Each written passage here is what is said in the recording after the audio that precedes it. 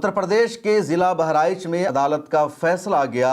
एक को फांसी की सजा सुनाई गई है और 9 को उम्र कैद की सजा दी गई है। हुआ क्या था उस दिन पूरा मामला जान लीजिए। तारीख थी 13 अक्टूबर 2024। हिंदू समाज के लोग मूर्ति विसर्जन के लिए निकले थे और महाराजगंज जो हरदी थाना के इलाका में आता है वहां से मूर्ति विसर्जन के लिए जुलूस गुजर रहा था।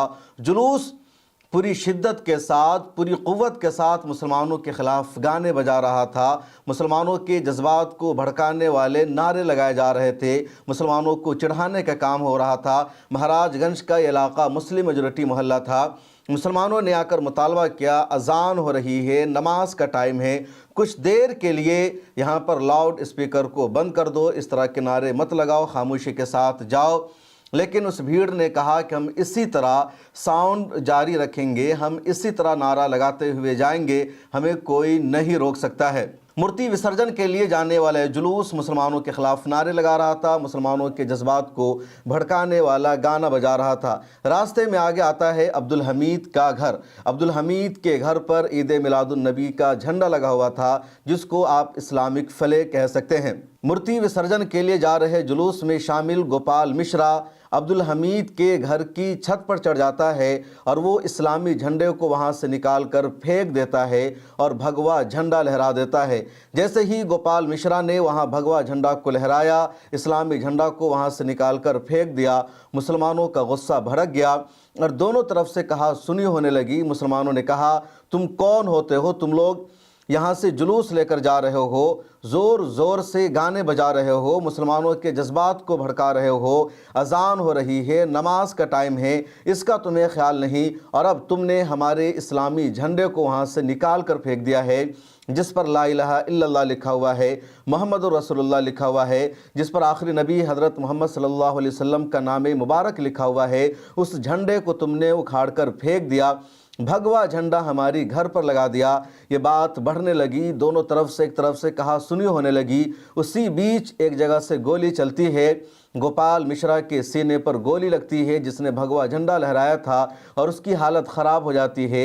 देर रात को गोपाल मिश्रा की मौत की खबर कन्फर्म हो जाती है और जैसे ही ये खबर आती है गोपाल मिश्रा की मौत हो गई है, उसके बाद भीड़ और ज़्यादा गुस्सा में आ जाती है। हिंदू समाज के लोग गोपाल मिश्रा की लाश को लेकर सड़क पर आ जाते हैं, हाईवे को जाम कर देते हैं, जुलूस निकालते हैं। फिर प्रशासन को पूरा कंट्रोल संभालना पड़ता है। लखनऊ से DG law and order Amitabh Yash को लखनऊ से बहराइच जाना पड़ता है।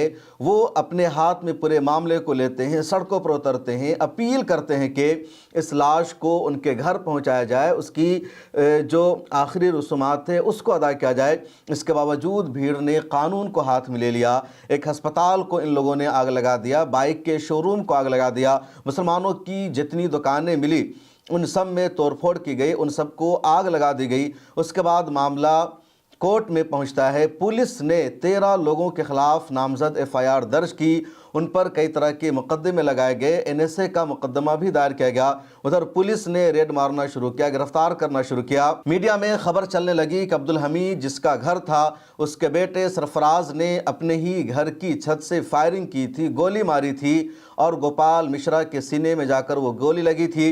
उसके बाद अगले दिन पुलिस ने यह दावा किया कि सरफराज और उसका भाई तालिब पकड़ा गया है, ये दोनों कलीदी मुलजिम हैं, ये दोनों नेपाल भागना चाह रहे थे, लेकिन पुलिस ने दोनों को घेर लिया, पुलिस ने इनकाउंटर किया, पाँव में पुलिस ने गोली मारी और उसके बाद सरफराज और तालिब दोनों पकड़े गए। इनको, इनके अलावा 13 लोग जिन पर मुकदमा दर्ज किया गया, उन सभी को गिरफ्तार करके जेल में बंद किया गया और ये मुकदमा चलता रहा। इसी साल यानी जनवरी 2025 में यूपी पुलिस ने चार्जशीट फाइल की और चार्जशीट फाइल करते हुए यूपी पुलिस ने कहा कि सरफराज ने ही गोली मारी थी अपनी छत से और गोपाल मिश्रा के सीने में गोली लगी थी। उसके अलावा पुलिस ने भी कहा कि अब्दुल हमीद, उनके बेटे और इन तमाम लोगों ने सपोर्ट किया था सरफराज को। यही तमाम लोग इस वायलेंस के लिए, इस हिंसा के लिए ज़िम्मेदार हैं। और यूपी पुलिस की चार्जशीट के मुताबिक कल यानी 11 दिसंबर को बहराइच कोर्ट ने फैसला सुना दिया। उस फैसले में जज पवन कुमार शर्मा ने सरफराज को फांसी की सज़ा सुनाई है। उसके अलावा जो 9 लोग हैं उनको उम्र कैद की सज़ा सुनाई गई है। सरफराज के अलावा उनके 2 भाई طالب اور فہیم کو بھی عمر قید کی سزا سنائی گئی ہے۔ سرفراز کے والد عبدالحمید کو عمر قید کی سزا سنائی گئی ہے۔